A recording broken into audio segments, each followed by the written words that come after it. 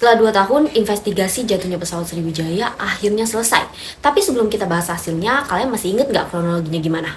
Pesawat Sriwijaya Air SJ182 rute Jakarta-Pontianak hilang pada Sabtu 9 Januari 2021. Pesawat ini lepas landas dari Bandara Soekarno-Hatta jam 14.36. Tapi 4 menit setelahnya, pesawat hilang kontak dan jatuh di perairan Kepulauan Seribu.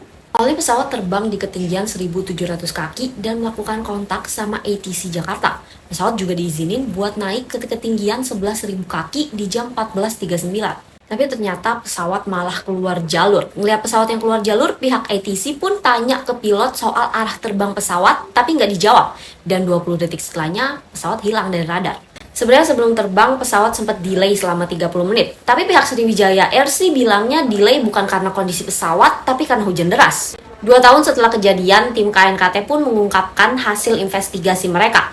Kecelakaan ini tuh sebenarnya terjadi dari campuran masalah teknis dan juga human factor. Jadi gini, pas pesawat lagi berusaha buat naik ke ketinggian 11.000 kaki, ATC minta pesawat berhenti karena ada pesawat lain yang mau lewat. Pesawat pun berubah dari fase naik jadi fase menjelajah dan pakai autopilot dari mode kontrol panel di kokpit. Nah, di fase menjelajah ini tuh pesawat nggak butuh daya dorong yang besar kayak lagi naik. Makanya autopilot berusaha buat ngurangin tenaga lewat tuas pengatur tenaga mesin atau auto throttle. Tapi ternyata di pesawat ini, thrust lever sebelah kanannya nggak berfungsi setelah autopilot diaktifin dari kokpit. Jadinya tuas ini nggak seimbang, sebelah kanan di posisi naik dan sebelah kiri di posisi menjelajah. Akibatnya mesin kanan tetap ngeluarin daya dorong dan mesin kiri mengurangi tenaga. Harusnya di kondisi ini, Cruise Thrust Split Monitor atau CSTM bisa langsung matiin auto throttle. Tapi ternyata CSTM terlambat buat matiin auto throttle dan bikin pesawat tiba-tiba belok ke kiri secara tajam. Selain dari masalah teknis ini, KNKT juga menyoroti dari segi human factor. Kok bisa-bisanya pilot nggak sadar kalau pesawatnya keluar jalur? Ternyata kata KNKT, pilot nih terlalu percaya sama sistem otomatis dan kurang memonitor pengendalian pesawat.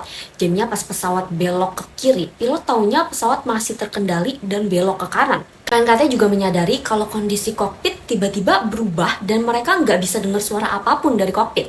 Jadinya ya kita nggak tahu apa yang terjadi di kokpit antar pilot dan kopilot.